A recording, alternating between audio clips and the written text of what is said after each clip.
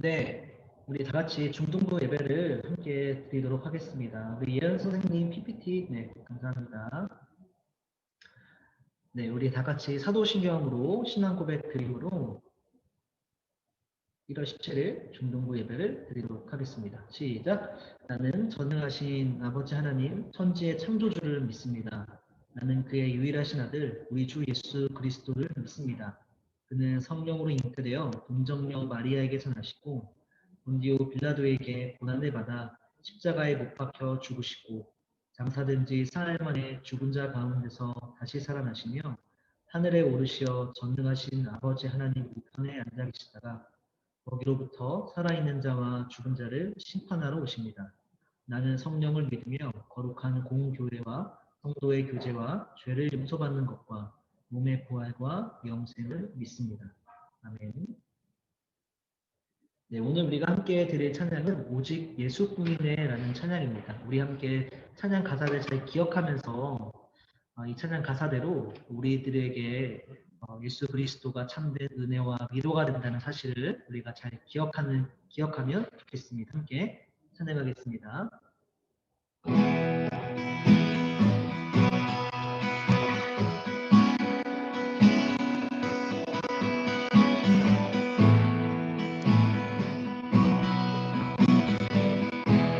은혜 아니면 살아갈 수가 없네. 은혜 아니면 살아갈 수가 없네.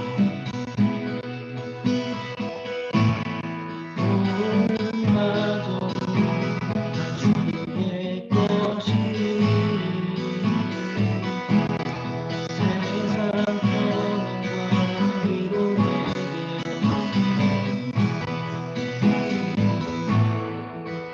오직 예수뿐이네. 한 번 더 할까요? 은혜 아니면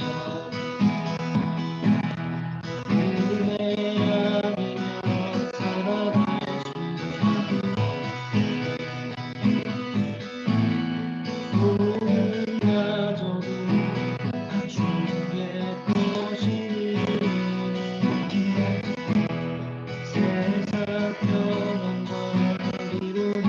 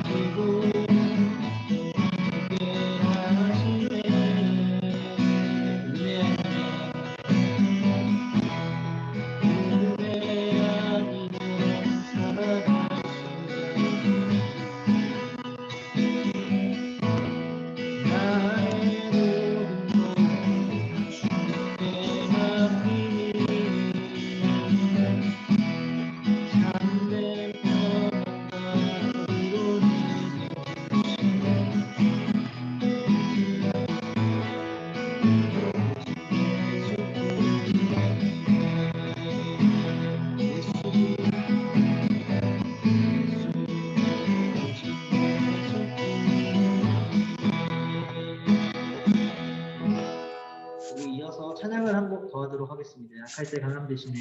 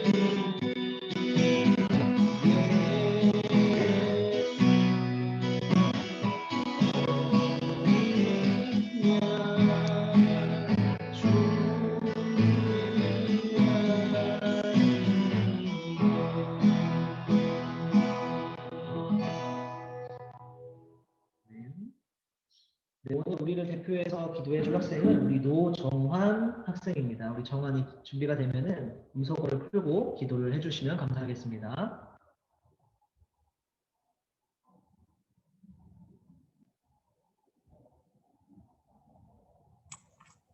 사랑의 하나님, 지난 한 주도 건강히 지켜주시고 오늘도 중등부 예배를 함께 할 수 있게 해주셔서 감사합니다. 이 시간이 주님이 함께 하셔서 은혜가 충만한 예배가 되게 하시고 말씀 전하시는 목사님 늘 건강하게 해주시고 전하시는 말씀에 따라서 다음 한 주도 말씀에 잡고 살아가는 한 주가 되게 해주세요. 하루빨리 코로나가 종식되어서 함께 모여서 대면 예배를 할 수 있게 해주세요. 예배를 마치는 시간까지 함께 해주세요. 예수님의 이름으로 기도드립니다. 아멘. 아멘. 네, 감사합니다. 정환이. 오늘 우리가 함께 읽을 말씀은 누가복음 5장 27절부터 32절 말씀이고 오늘은 우리 윤찬이가 읽어줄 겁니다. 우리 윤찬이 준비가 되면은 음소거를 풀고 읽어주면 감사하겠습니다. 그 후에 예수께서 나가사레이라 하는 세리가 세관에 앉아 있는 것을 보시고 나를 따르라 하시니 그가 모든 것을 버리고 일어나 따르리라. 레이가 예수를 위하여 자기 집에서 큰 잔치를 하니 세리와 다른 사람이 많이 함께 앉아 있는지라. 바리새인과 그들의 서기관들이 그 제자들을 비방하여 이르되 너희가 어찌하여 세리와 죄인과 함께 먹고 마시느냐. 예수께서 대답하여 이르시되 건강한 자에게는 의사가 쓸데없고 병든 자에게라야 쓸데있나니 내가 의인을 부르러 온 것이 아니요 죄인을 불러 회개시키러 왔노라.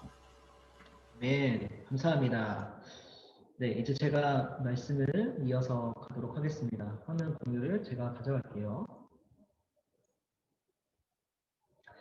네, 오늘은 의인이 아닌 죄인을 부르러 오신 주님이란 제목으로 누가복음 5장 27절, 32절 말씀을 같이 한번 보도록 하겠습니다. 여러분, 우리 지난 2주 동안 우리가 누구에 대해서 들었는지 기억하고 있나요?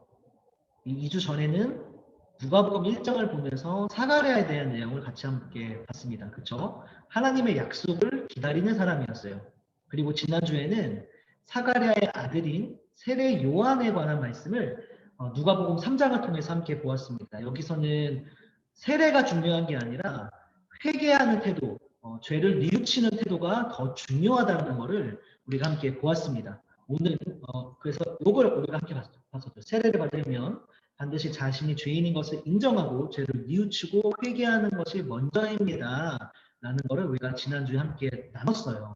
오늘은요, 누가 나오냐면은 오늘 윤찬이가 읽을 때 잘 들었다면 오늘 누가 나오는지 알 겁니다. 오늘은 드디어 누가복음의 진짜 주인공이신 예수님이 등장을 합니다. 오늘은 저랑 같이 누가복음 5장 속에 예수님이 어떻게 나오는지 같이 좀 살펴보도록 할게요. 누가복음 5장을 보면요. 예수님이 사역을 시작하게 되었을 때 사람들이 예수님을 향한 관심이 어느 정도였는지를 좀 보여주고 있는데요. 5장 15절을 보면 이렇게 나와 있어요. 예수님의 소문이 더욱 퍼짐에 말씀도 듣고 자기 병도 고침을 받고자 하여 수많은 무리가 모여오되 라고 이렇게 얘기를 합니다. 여기 보면은 수많은 무리가 모여서 왔다라고 얘기를 합니다. 예수님을 향한 관심이 굉장히 높았다라는 걸 알 수가 있죠. 왜냐하면 예수님이 하나님의 말씀을 너무나도 잘 가르쳐 주셨기 때문이고, 그리고 예수님은 자기 앞으로 병을 가지고 나오는 사람들을 항상 고쳐주셨기 때문에 사람들은 예수님에게 관심이 되게 많았습니다. 예수님에 향한 관심이 굉장히 높아지면서 사람들 마음속에 어떤 질문이 생겼냐면 이런 질문이에요. 내가 예수님과 더 가까워질 수 없을까? 그리고 예수님과 내가 더 친한 사이가 될 수 없을까? 네. 우리가 흔히 연예인들, 내가 좋아하는 어떤 사람을 보게 되면, 인기가 많은 사람을 보면, 그 사람을 보면서, 아, 나도 저 사람과 친해지고 싶은데, 라는 마음이 다들 한 번씩은 가져봤을 거예요. 이 당시에도 인기가 많아지는 예수님을 보면서, 사람들도 예수님을 향해서, 아, 예수님과 내가 더 개인적으로 친해지고 싶다라는 것을 친해지고 싶다라는 생각을 했을 거라는 거죠. 그러면서 사람들 마음속에 이런 질문을 갖게 되었는데 어떤 질문이냐면 바로 이거예요. 누가 예수님의 제자로 부름을 받게 될까라는 거였어요. 왜냐하면 예수님의 제자가 되면은 예수님이 하는 사역도 내가 도와줄 수가 있을 거고, 그리고 예수님이 말씀을 가르칠 때 나는 가장 옆에서 그걸 들을 수 있을 거 아니에요. 그렇죠? 그래서 사람들 모두 마음속에 누가 예수님의 제자가 될까? 혹은 내가 예수님의 제자가 되지는 않을까? 이런 생각들이 있었을 겁니다. 그리고 오늘 우리가 윤찬이가 읽어준 오늘 그 본문이 바로 예수님이 어떤 한 사람을 제자로 부르는 장면이에요. 누구를 제자로 부르는지 우리 다시 한번 말씀으로 들어가 봅시다. 5장 27절을 보면요. 이렇게 얘기합니다. 그 후에 예수께서 나가사 레위라 하는 세리가 세관에 앉아있는 것을 보시고 나를 따르라 하시니 그가 모든 것을 버리고 일어나 따르니라 라고 이렇게 얘기를 하고 있습니다. 여기서 보면요. 예수님이 어떤 사람을 레위라고 하는 세리를요. 부릅니다. 나를 따르라 라고 얘기를 합니다. 여기서 나를 따르라 라는 말이 단순히 따라와 이런 말이 아니라 이 말이 바로 내가 너를 제자로 삼는다 라는 말이에요. 28절을 보니까 그 사람이 모든 것을 버리고 예수님을 따랐다라고 하죠. 네, 자기가 제자로 부름 받았다는 걸 알고 예수님을 따라 나선 겁니다. 예수님이 세리란 직업을 갖고 있는 레위라고 부르는 사람을 제자로 불렀구나라는 걸 알 수가 있는 대목이에요. 그런데 예수님이 이 레위를 제자로 삼았을 때 사람들이 그거를 보고 어떤 반응을 보였냐면 이런 반응을 보였어요. 아니 어째서 예수님이 저런 사람을 왜 하필? 예수님 내가 알던 예수님이 저런 사람이랑? 라고 이런 반응을 보였다라는 거예요. 왜냐하면요. 이 레위라고 하는 사람의 직업이 뭐였기 때문에? 세리였기 때문에 그렇습니다. 세리. 당시 사람들은 세리를 싫어했어요. 굉장히 미워했어요. 굉장히 혐오했어요. 왜 그랬을까요? 이 세리가 어떤 직업이냐면요. 세금을 걷는 사람이에요. 세금. 세금 걷는 게 나쁜 일인가요? 세금 걷는 건 나쁜 일이 아니죠. 그럼 왜 사람들은 세리를 미워했을까? 여러분, 지지난주에 목사님이 얘기했던 것 중에 하나가 이스라엘이 이때 식민 지배를 받고 있었는데 어떤 나라의 식민 지배를 받고 있다고 했죠? 바로 로마 제국입니다. 그렇죠? 로마 제국의 식민지였어요. 이스라엘은. 근데 여러분, 이 로마란 나라를 우리가 로마라고 부르지 않고 제국이라고 부르는데 그 이유는요. 로마가 굉장한 영토를 가졌던 나라였기 때문에 그렇습니다. 여러분 한 나라가 제국이 되려면요. 뭘 많이 해야 될까요? 어떤 걸까요? 바로 전쟁이에요. 밥 먹고 전쟁만 하는 거예요. 그리고 당연히 넓은 영토를 가졌기 때문에 그만큼 다른 나라로부터 침입도 많이 받고요. 그리고 계속해서 자신들의 영토를 더 확장하기 위해서도 전쟁을 많이 벌였습니다. 로마란 나라가요. 자, 근데 여러분 전쟁이 그냥 되나요? 아니죠. 전쟁을 하려면 뭐가 필요할까요? 뭐가 필요하죠? 돈이 필요해요. 그렇죠? 돈이 필요합니다. 그럼 엄청난 액수의 이 돈을 로마는 어디로부터 걷어들였을까요? 그건요. 바로 정복한 나라들에 살고 있는 부자들로부터 그 돈을 걷어들였어요. 부자들로부터. 그 정복한 나라. 그러니까 이스라엘 나라를 정복한 다음에는 이스라엘에 있는 부자들로부터 돈을 걷어들여요. 근데 그 돈은 어디에 쓰려고? 전쟁에 쓰려고. 이 부자들이 돈을 걷어가는 걸 좋아했을까요? 싫어했을까요? 당연히 싫어하죠. 내 돈 걷어가는 누가 좋아합니까? 그래서 로마 정부가 이 부자들의 마음을 달래기 위해서 어떤 방법을 썼냐면은 부자들에게 돈을 걷어가는 대신에 돈 좀 줘. 대신에 너희들한테 이거를 줄게 라고 했는데 그게 뭐였냐면 그 나라로부터 백성들로부터 세금을 거둘 수 있는 권한을 준 거예요. 세금을 거둘 수 있는 권한. 이 사람들이 바로 세리였습니다. 세리. 자, 그럼 이 세리들이 돈을 조금 걷었을까요? 많이 걷었을까요? 굉장히 많이 걷었겠죠. 당연히. 자기가 로마 정부로부터 뺏겼던 모든 돈을 다 회수하기 위해서 백성들에게 과한 세율을 매겨서 굉장한 세금을 많이 걷어들였습니다. 뿐만 아니라 로마 정부로부터 뺏긴 돈을 회수하고도 남을 정도의 돈을 일부러 더 걷어들였어요. 돈을. 더 자신의 부를 축적하기 위해서. 당연히 이스라엘 백성들 입장에서 세금을 걷어가는 이 세리가 좋아 보일까요? 싫어 보일까요? 미울까요? 당연히 싫을 수밖에 없겠죠. 미워할 수밖에 없겠죠. 이스라엘 백성들 입장에서는요, 이 세리는요, 사실상 매국노였습니다. 나라가 빼앗긴 것도 지금 서러운데 그 나라에 빌붙어서 내 돈을 뺏어가는 존재가 당시에 세리였던 거예요. 당시 사람들이 세리를 보는 관점이었던 겁니다. 좋아할 수가 없죠. 그러니까 사람들이 예수님이 세리란 직업을 갖고 있는 레위를 나를 따르라. 너는 앞으로 내 제자야. 라고 얘기했을 때 사람들 반응이 아니 어떻게 예수님이 저런 사람을 제자로 삼지? 아니 어떻게 예수님이 저런 사람이랑 같이 다니지? 라는 생각을 가지게 되었다는 거죠.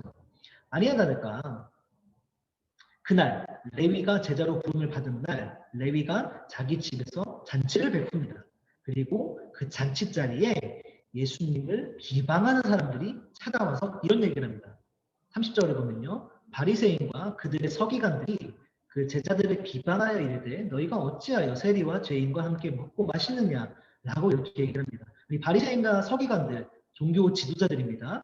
이 사람들이 그러니까 종교 지도자들이라는 건 당시에 가장 교회를 열심히 다니는 사람들이라고 보면 좋을 것 같아요.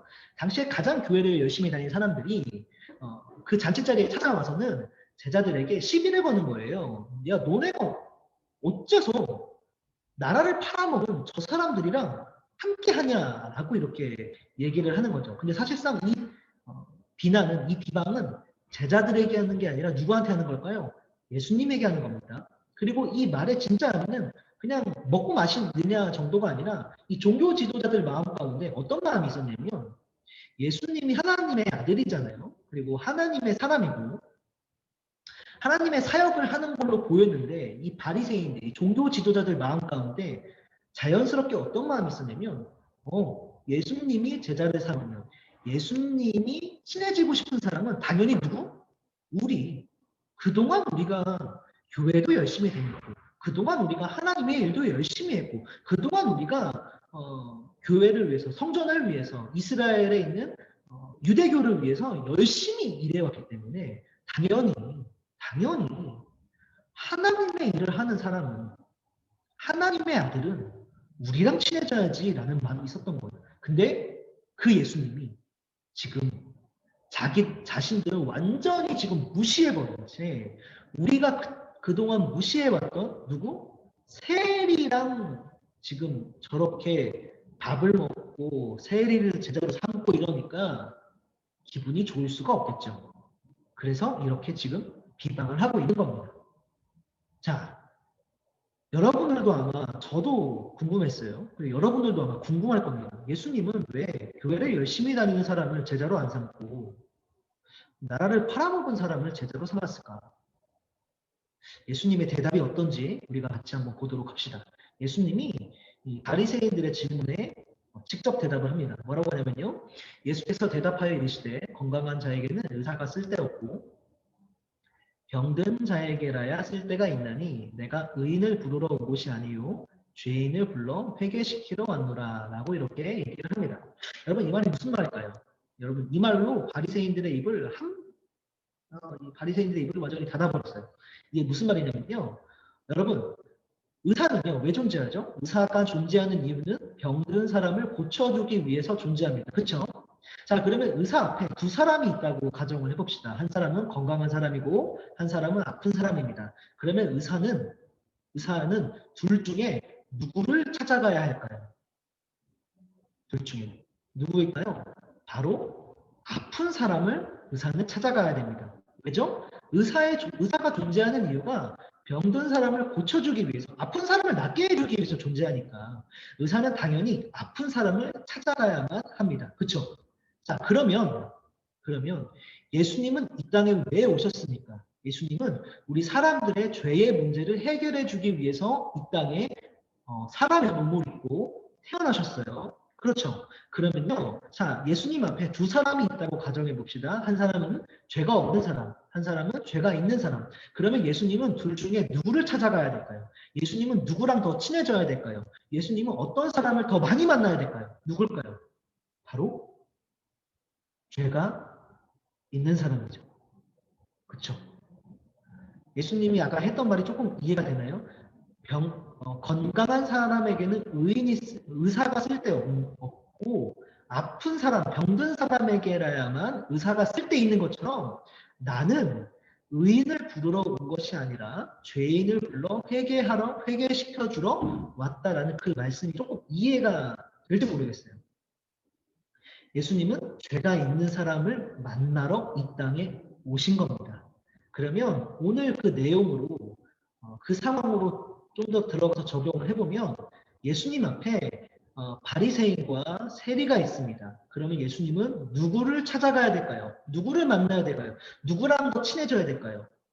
당연히 세리인 거죠. 세리인 거죠. 이해돼요? 그래서 예수님은 바리새인을 만나지 않고 세리를 만난 겁니다. 세리를 제자로 삼는 겁니다. 근데 여러분 이런 궁금증이 들 수도 있어요. 근데 목사님 바리새인이 특별히 잘못한 게 없어 보이는데 교회를 열심히 다니는 게 문제인가요? 그럼 교회를 열심히 다니면 예수님을 못 만나는 건가요? 교회 생활을 열심히 하면 예수님이 만나주지 않는 건가요? 그럼 저는 앞으로 예수님을 만나려면 교회를 그만 다니고 앞으로 세리처럼 살아가야 되나요? 다른 사람 괴롭히고 다른 사람의 돈을 뺏고 이렇게 살아가면 예수님이 만나주는 건가요? 라고 생각할 수가 있는데 그게 아니에요. 그게 아니에요. 여러분 세리가 죄인이죠? 그럼 바리새인은 죄인이 아닌가요? 바리새인도 죄인입니다. 그렇죠? 그렇죠? 그러면 왜 예수님은 바리새인은 무시하고 세리만 만났죠? 왜죠? 왜 그럴까요? 왜냐면요. 세리는요. 자기가 죄인 거를 알고 있어요. 자기도 알고 있어요. 양심에 찔려요. 자기도 사람들로부터 과도한 세금을 걷고 있다는 거. 그래서 내가 잘못하고 있다는 거. 사람들이 나한테 손가락질하고 있다는 거. 자기가 죄인인 거를 알고 있는 거예요. 근데 반대로 바리새인은요. 죄인이거든요. 바리새인도. 근데 바리새인은 스스로 죄인이라고 생각하지 않아요. 자기는 의인이라고 생각을 해요. 이 차이입니다. 예수님은요. 의인이라고 착각하는 사람을 만나주지 않습니다. 예수님은요. 자기를 죄인이라고 인정하고 고백해주는 사람을 만나줍니다. 그래서 오늘 이 말씀에서 우리가 발견하는 중요한 원리는 이거예요. 예수님은 죄인이라고 고백하는 사람을 만나주십니다. 라는 거. 우리 친구들이 이거를 꼭 기억하면 좋겠어요. 예수님은요. 자기를 의인이라고 생각하는 사람을 만나주지 않습니다. 예수님은 자기를 죄인이라고 고백하는 사람을 만나줍니다. 예수님 앞에서 내가 의인이에요. 예수님 제가 교회 생활을 이렇게나 열심히 했어요. 예수님 제가 교회를 위해서 헌금을 이만큼이나 했어요. 예수님 제가 그동안 예배를 한 번도 빠지지 않고 이렇게나 열심히 드렸습니다. 저는 그래서 의인이에요. 그러니 예수님 저를 만나주세요 라고 하는 말이 예수님 입장에서 얼마나 설득력 없게 들리냐면은 여러분 이걸 한번 봅시다. 바리새인과 세리 중에 누가 더 착할까요? 바리새인이 착합니까? 세리가 착합니까? 세리는요. 사람들의 돈을 뺐습니다. 사람들의 돈을 뺏어서 자기의 부를 축적하는 사람들입니다. 바리새인은요. 다른 사람들을 괴롭히지 않아요. 다른 사람들한테 전혀 피해를 주지 않습니다. 바리새인은 교회를 굉장히 열심히 다닙니다. 바리새인은 예배도 열심히 드립니다. 바리새인은 헌금도 많이 합니다. 바리새인은 주기적으로 금식도 합니다. 자, 그러면 바리새인과 세리 중에 누가 더 착한 사람입니까? 누가 더 착한 사람이에요? 바리새인이 더 착한 사람이에요. 그렇죠? 이렇게도 얘기할 수 있을 것 같아요. 바리새인은 세리보다 훨씬 더 착한 사람이다. 라고도 말할 수 있을 것 같아요. 훨씬, 그냥 조금 착한 게 아니라 훨씬 더 착한 사람이다. 예수님도 그렇게 얘기했어요. 바리새인보다 착한 사람이 없다고 세상에. 예수님도 그렇게 얘기했거든요. 자, 그러면 우리가 봤을 때 바리새인이 훨씬 더 착한 사람인데 예수님이 보기에도 바리새인이 의인일까요? 이 질문이 되게 중요해요.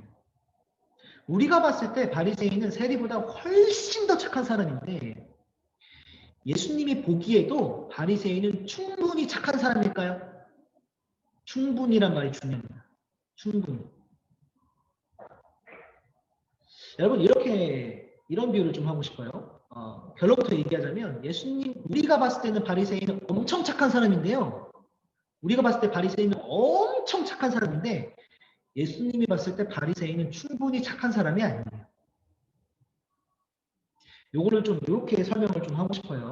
여러분 우리나라에서 제일 키가 큰 사람이 누굴까요? 1등인지 모르겠는데 제가 아는 사람 중에 가장 큰 사람은 우리나라 사람 중에 바로 최홍만입니다. 최홍만이라고 격투기 선수가 있는데 키가 2m 15cm래요. 그래서 엄청 크죠. 2m 15cm. 근데 여러분 어떤 한 사람이 있어요. 이 사람 괜히 넣은 거 누구냐면 저예요. 전데 제가 이렇게 분장한 건데 저는 개인적으로 키가 1m 165cm예요. 그래서 저랑 최홍만이랑 딱 50cm 차이가 나요. 딱 50cm. 제가 최홍만 옆에 서면 아마 가슴 정도까지 오지 않을까 이런 좀 생각이 좀 들더라고요. 자, 그럼 저하고 최홍만 중에 누가 더 키가 큽니까? 누가 더 키가 커요? 최홍만 키가 더 크죠. 그렇죠? 이렇게도 얘기할 수 있을 것 같아요. 최홍만이 김병준 목사님보다 훨씬 더 크다. 그렇죠? 최홍만이 훨씬 더 큽니다. 그리고 최홍만이 스스로 나는 키가 크다라고 자부심을 갖고 살아가도 그 누구도 반박할 수 없을 겁니다. 최홍만을 향해서 아니 당신 키 작은데? 라고 얘기할 수 있는 사람은 지구상에 단 한 명도 없을 거예요. 사람 기준에서는. 그런데 만약에 사람이 기준이 아니라면 여러분 제가 지난 교회에서 중등부 사역을 했는데 그 중등부 친구 중에 저한테 한 친구가 만화책을 좋아하는 친구가 있었어요. 저한테 목사님 제가 진짜 재밌는 만화를 하나 발견했는데 목사님 꼭 봤으면 좋겠다라고 저한테 추천을 해주더라고요. 무슨 만화였냐면은 진격의 거인이라는 만화였습니다. 그 친구한테 추천을 받아서 저도 이 만화를 봤는데 굉장히 재밌더라고요. 만화가 생각보다 되게 재밌는 만화였어요. 근데 진격의 거인이라는 만화가 제목에서도 알 수 있듯이 어떤 내용이냐면요. 여기 요 왼쪽에 있는 요 초록색 옷을 입고 있는 게 사람입니다. 사람이고 그리고 요 피부가 벗겨져서 이렇게 근육이 다 드러나 있는 이게 거인이에요. 사람이랑 거인이랑 싸우는 만화예요. 근데 이 만화상 거인의 키가 설정상 어떻게 나오냐면요. 키가 60m로 나와요. 키가 60m입니다. 60m. 이렇게 줄자 같은 걸 대보면 이게 한 칸이 1m라고 쳤을 때 60칸이 들어가는 거죠. 자, 그러면 아까 우리가 봤던 최홍만과 저를 이 진격의 거인 앞에 세우면 어떻게 될까요? 이렇게 되는 겁니다. 보여요? 요 엄지발가락만하게 옆에 있는 거.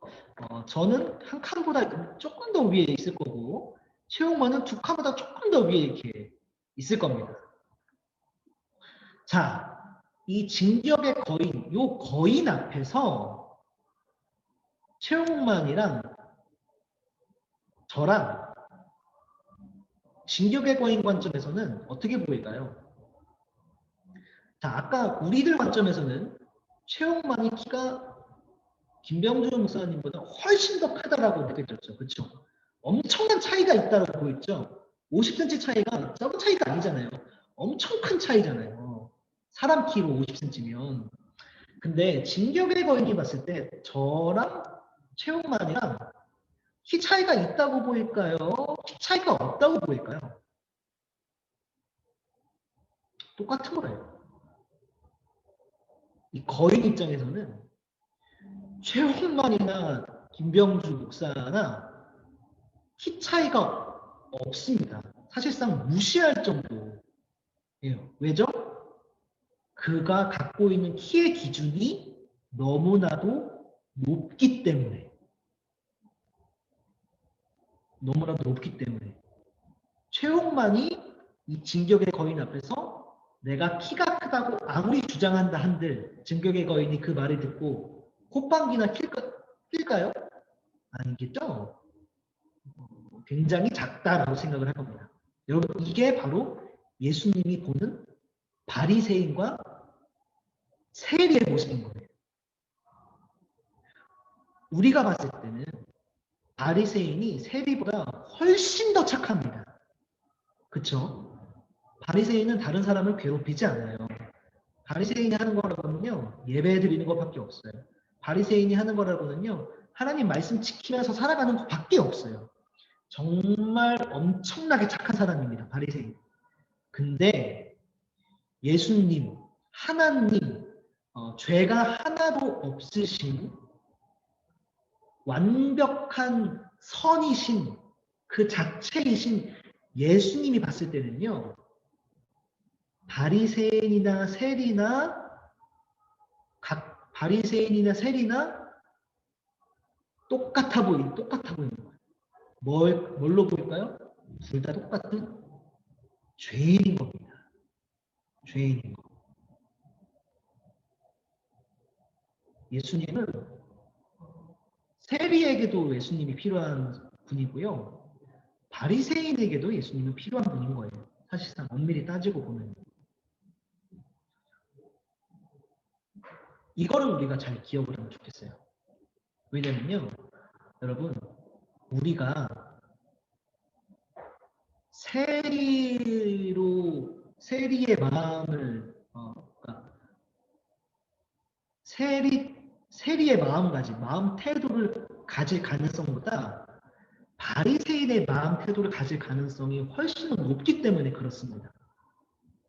무슨 말이냐면 바리새인은요, 어떤 마음을 갖게 되냐면요, 세리부터 설명할게요. 세리는요, 사람들이 자기한테 손가락질해요. 자기도 사람들로부터 돈을 뺏는 게 결코 정당한 일이 아니다라는 걸 알고 있어요. 그런데 자기 욕심에 이끌려서 사람들의 돈을 사람들로부터 과한 세금을 물려서 돈을 과하게 뺏고 있는 거죠. 세리 본인도 그 짓을 하면서 자기가 죄인이라는 걸 느낄 겁니다. 양심이 살아있다면. 그렇죠? 그리고 사람들이 자신을 향해서 죄인이라고 손가락질을 하기 때문에 세리도 자기 자신이 죄인이라는 걸 알고 살아가요. 인정하면서 살아가요. 근데 여러분 반대로요. 바리새인은요. 바리새인은요. 자기는 절대 옆에 있는 사람들에게 피해를 끼치지 않습니다. 바리새인은요. 하는 거라고요. 예배를 드리는 거, 헌금을 하는 거, 주기적으로 금식을 하는 거, 하나님의 말씀을 잘 지켜나가는 거, 이게 바리새인이 평생 동안 하는 일들이에요. 그럼 사람들은 바리새인을 향해서 어떻게 칭송할까요? 바리새인은 정말 착한 사람이야. 바리새인은 정말 의인이야. 라는 말을 하게 될 거예요. 그 말을 바리새인도 많이 듣게 될 겁니다. 그리고 바리새인 스스로 보기에도 나랑 세리랑 비교했을 때 저 사람보다 내가 훨씬 더 착하다라는 거를 느끼면서 살아갈 겁니다. 근데 그러면서 바리새인 마음에 어떤 마음이 자연스럽게 드냐면 나는 죄인이 아니야. 나는 의인이야. 라는 마음이 든다라는 거예요. 자연스럽게. 그런데 그 말은요. 다른 말로 바꿔하면 무슨 말인지 아세요? 나는 의인이야. 나는 죄인이 아니야. 내가 이렇게 거룩하게 살아가는데 내가 이렇게 예배를 열심히 드리는데 내가 이렇게 교회를 위해서 헌금도 이렇게나 많이 했는데 내가 어떻게 죄인이야? 난 죄인이 아니야. 난 의인이야. 근데 이 말을 바꿔 하면 무슨 말이냐면요. 하나님 앞에서 하나님 저는 예수님이 필요 없어요. 라는 말과 똑같아요. 바리새인이 교회에 나와서 하나님께 한다는 말이 하나님 저는 예배를 이번 주에 이만큼이나 드렸고요. 저는 헌금을 이만큼이나 했고요. 저는 금식도 이만큼이나 했고요. 그러니 하나님 저에게 은혜를 주세요 라고 얘기한다면 그 말을 듣는 하나님 입장에선 그 말이 어떻게 들리냐면은 하나님 저는 예수님이 필요 없어요 라는 말로 들린다는 거예요. 이게 굉장히 중요한 부분인데 왜냐하면 우리가 교회 생활을 하다 보면은 누구의 상태로 더 쉽게 빠져드냐면은 바리새인의 상태로 더 쉽게 빠져들기 때문에 그렇습니다. 사실이에요. 많은 사람들이 그렇습니다. 왜 그럴까요? 우리도 똑같은 현상이 우리에게 벌어집니다. 여러분, 우리는 주일날 교회를 나옵니다. 그렇죠? 시험 기간이라고 해서 우리는 교회 그래도 세상 친구들은 학원을 가지만 우리는 주일이라고 교회를 나와요. 세상 친구들은 주일이면 교회 놀러 갑니다. 놀이동산 갑니다. 여행 갑니다. 근데 우리는 주일이라고 해서 놀러 가지도 않고 우리는 예배를 드려요. 그렇죠? 여러분 그냥 학생 때는 그래도 우리가 교회를 다니는 사람들과 교회를 다니지 않는 사람들과의 별로 차이가 없어요. 그런데 여러분 학교를 졸업하고 대학생만 돼도 교회를 다니는 사람과 교회를 다니지 않는 사람 삶에는 큰 차이가 있어요. 교회를 다니지 않는 사람들은요. 금요일은요. 불금이라고 불러요. 그날은 마음껏 술을 먹고 노는 날이에요. 술만 먹고 끝나겠습니까? 그들 사이에서 또 음란한 행동들, 은탕한 행동들 도 버리겠죠. 그리고 그들은 법에만 걸리지 않으면 잘못이 아니다라는 개념을 가지고 얼마든지 나쁜 짓, 도덕적으로 나쁜 짓을 하면서 살아갑니다. 법에만 걸리면 돼라는 게 그들의 생각이에요. 그들은 그런 반면에 우리는 술도 마시지 않고 우리는 뭐 담배도 피지 않고 그리고 우리는 주일마다 꼬박꼬박 예배를 드리면서 살아갑니다. 우리는 법에 걸리지 않으면 법에만 걸리지 않으면 나쁜 짓이 아니야 라는 개념이 아닌 우리는 법에 걸리지 않더라도 죄가 있다는 것을 인지하면서 다른 사람들에게 피해를 끼치지 않으려고 노력하면서 살아갑니다. 그런데 그러다 보면요. 우리들 안에 자연스럽게 어떤 마음이 드냐면요. 우리들 마음속에 나는 죄인이 아니야. 나는 의인이야. 라는 생각이 자연스럽게 든다는 거예요. 근데 이거는 잊어버리시면 안 됩니다. 이 말은 예수님이 필요 없어요 라는 말과 같다라는 거예요. 이런 태도에 빠져든다는 거예요. 그래서 우리 친구들이 이거를 꼭 기억했으면 좋겠어요. 예수님은요. 바리새인도 만나러 왔고요. 세리도 만나러 왔어요. 둘 다 만나러 왔어요. 근데 예수님이 왜 세리만 만났는지 아세요? 세리가 자기를 죄인이라고 고백했기 때문에 그렇습니다.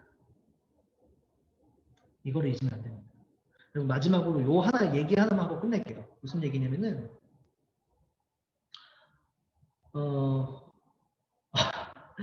네. 소율이랑 민찬이가 채팅 보내고 잊어봤다. 진격의 거인 둘 다 아는구나. 그래. 이 얘기만 하고 끝낼게요. 저도 고등학생 때가 있었어요. 저도 고등학생 때 학생 교회에서 수련회를 갔습니다. 고등학생 때 수련회를 갔는데 집회 때 막 이렇게 열심히 기도를 하는데 제 주변에 있는 저희 고등부 친구들을 보니까 되게 많이 은혜를 받고 있더라고요. 누가 봐도 저 친구는 지금 인격적으로 하나님을 만나고 있구나. 저 친구는 지금 인격적으로 예수님을 만나고 있구나라는 게 느껴질 정도였어요. 제가 봐도. 그래서 지고 싶지 않은 마음에 저도 그때 더 열심히 기도했던 게 생각이 납니다. 근데 그때 뭐라고 기도했냐면은 이렇게 당연히 하나님 저에게도 은혜를 달라고 기도했죠. 근데 뭐라고 근거를 대냐면은 하나님 저는요 학생 회장입니다. 고등부 학생 회장이었어요. 하나님 저는 고등부 학생 회장입니다. 하나님 저는 저 친구는요 시험 기간 때 교회 빠졌어요. 근데 저는 시험 기간이라고 교회 빠지지 않았어요. 하나님 저 친구는요 주일 예배만 드렸는데요. 저는요 금요일날 교회를 나와서 교회에서 철야 예배를 드렸어요. 하나님 저 친구는요 큐티도 열심히 안 했는데요. 저는 큐티를 빠지지 않고 열심히 했어요. 그러니 하나님 저에게도 은혜를 주세요. 라고 기도했어요. 제가 은혜를 받았을까요? 못 받았을까요? 은혜를 못 받았습니다. 저는 그날 하나님과 아무런 인격적 만남이 없었어요. 반대로 시험 기간으로 교회에 빠졌고 예배도 저보다 덜 드렸고 큐티도 열심히 하지 않았던 제 옆에 있던 그 친구는요. 그날 하나님과 인격적으로 만났습니다. 저하고 그 친구의 차이가 뭘까요? 그때는 몰랐는데요. 지금은 압니다. 그 차이가 뭐냐면은 그 친구는요. 하나님께 은혜를 달라고 기도했는데 뭐라고 기도하면서 은혜를 달라고 고백했냐면 하나님 저는 죄인입니다. 라는 걸 인정하면서 은혜를 달라고 고백했던 거예요. 근데 반대로 저는 뭐라고 고백하면서 은혜를 달라고 했죠?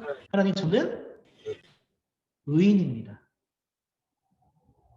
그러니 저에게 은혜를 주세요. 라고 고백한 거예요. 이 차이가 하나님을 만나냐 못 만나냐를 갈랐습니다. 우리 친구들이 이거를 꼭 기억하면 좋겠어요. 교회 다니는 사람의 고질병입니다. 고질병.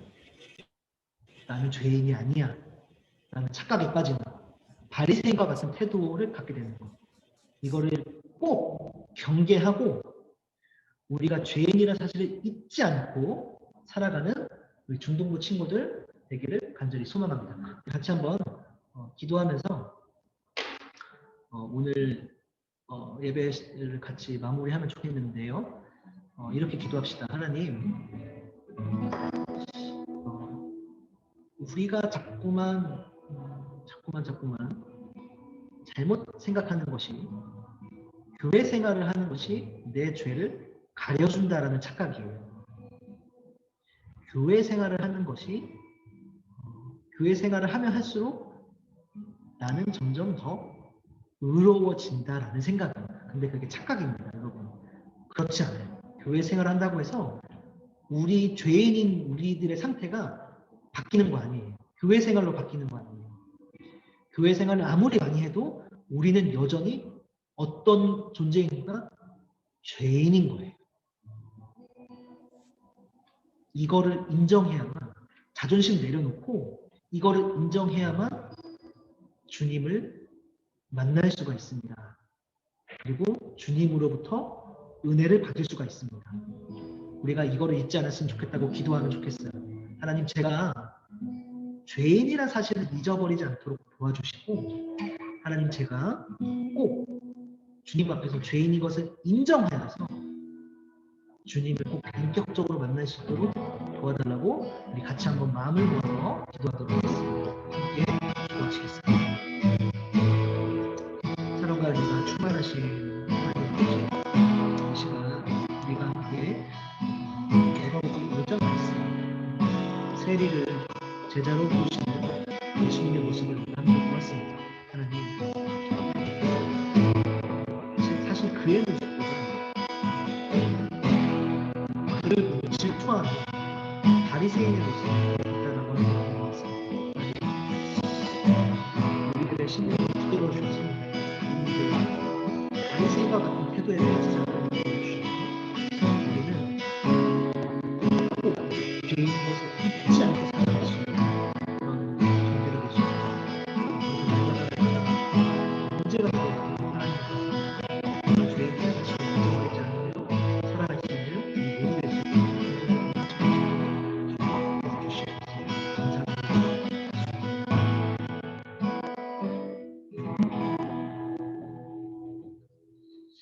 사랑과 은혜가 충만하신 하나님 아버지, 오늘 우리가 함께 누가복음 5장 예수님과 세리와 그리고 바리새인의 모습을 함께 보았습니다. 세리를 불러서 회개시키기 위해서 오셨던 주님의 모습, 그리고 예수님이 세리와 함께 지내니 그것을 보며 질투하는 바리새인의 모습, 그러면서도 여전히 자신은 죄인이 아니라고 의인이라고 고집을 쓰고 고집을 부리고 있는 그의 모습을 함께 보았습니다. 하나님, 그러나 그 질투하고 있는 모습이 우리의 모습은 아닌가라는 생각을 하게 됩니다. 우리도 여전히 세상 사람들과 비교했을 때 나는 착한 사람이야. 나는 의로운 사람이야. 그러니까 하나님이 나한테 은혜를 줘야 되고 그러니까 하나님이 나에게 복을 줘야 돼. 라는 착각 속에 우리가 살아가고 있지는 않은지 하나님 우리가 다시 한번 우리를 돌아보기를 소망합니다. 하나님, 하나님께 은혜 받는 길은 단 하나밖에 없음을 고백합니다. 주님, 우리는 죄인이오니 우리를 불쌍히 여겨 주시옵소서. 라는 이 고백. 하나님, 이 고백을 우리가 잊어버리지 않도록 주님 도와주시옵소서. 그래서 주님, 언제가 되더라도 주님 앞에서 은혜 받고 살아갈 수 있는 우리 중등부 공동체가 될 수 있도록 축복하여 주시옵소서. 감사드리며 예수님 이름으로 기도드립니다. 아멘. 네, 우리 다 같이 주기도문으로 예배를 마치도록 하겠습니다. 시작. 하늘에 계신 우리 아버지, 아버지의 이름을 거룩하게 하시며 아버지의 나라가 오게 하시며 아버지의 뜻이 하늘에서와 같이 땅에서도 이루어지게 하소서. 오늘 우리에게 일용할 양식을 주시고 우리가 우리에게 잘못한 사람을 용서하여 준 것 같이 우리 죄를 용서하여 주시고 우리를 시험에 빠지지 않게 하시고 악에서 구하소서. 나라와 권능과 영광이 영원히 아버지의 것입니다.